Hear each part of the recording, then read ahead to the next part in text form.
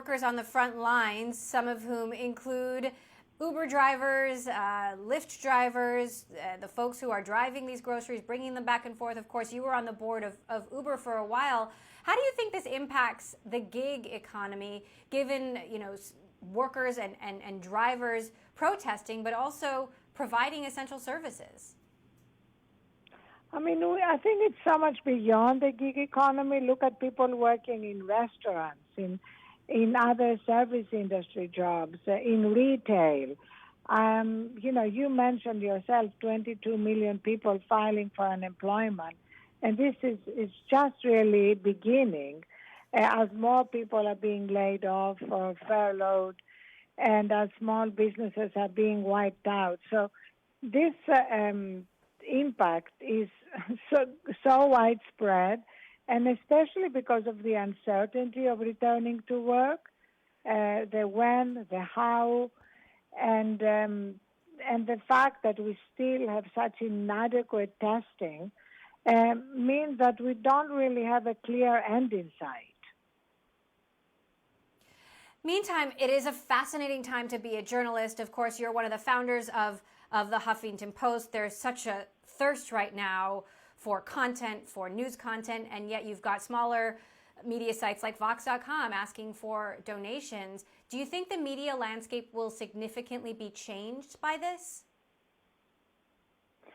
I think this is obviously such a difficult time for people in the media. And at the same time, we are all more thirsty than ever for news. We are all spending more time than even before trying to stay informed. I think the media would do a great service to the public if they try to actually put everything in perspective. And for example, another regulations, and people are reluctant to delve into conditions, but there is really not enough coverage of the fact that smoking, vaping, maybe even weed smoking are affecting coronavirus impact because it is a respiratory disease.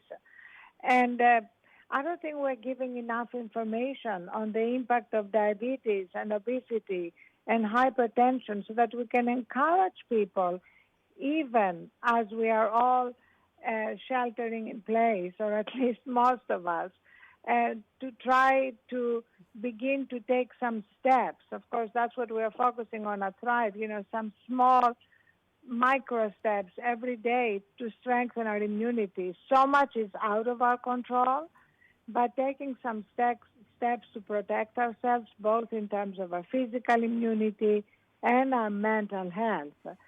I think there's much more we can do, and which go beyond sheltering in place, beyond washing our hands. On that note, Arianna, we're now well past a month into quarantine. The isolation, the fear, the panic. You are partnering with Audible to offer audio sleep experiences. This has been, a really important passion project of yours. How do you think that's going to help battle some of these physical and mental health issues that we will be facing out of this crisis? Well, Emily, as you know, sleep is foundational to our immunity, and yet it's never been harder for people to get a good night's sleep because of the stress, fear, anxiety, and grief. So many people are dealing with real grief about loved ones and their own families often.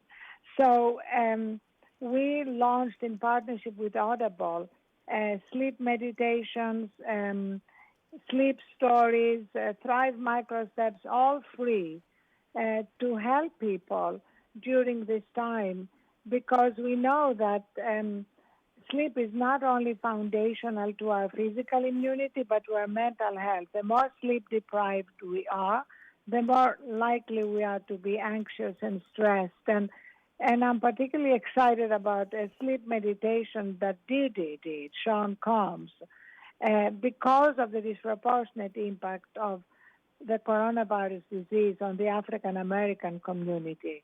It's great to hear Didi basically validating the importance of sleep and presenting it as something that's not warm and fuzzy. It's for people in the arena. It's for people who want more strength to navigate this very, very difficult time.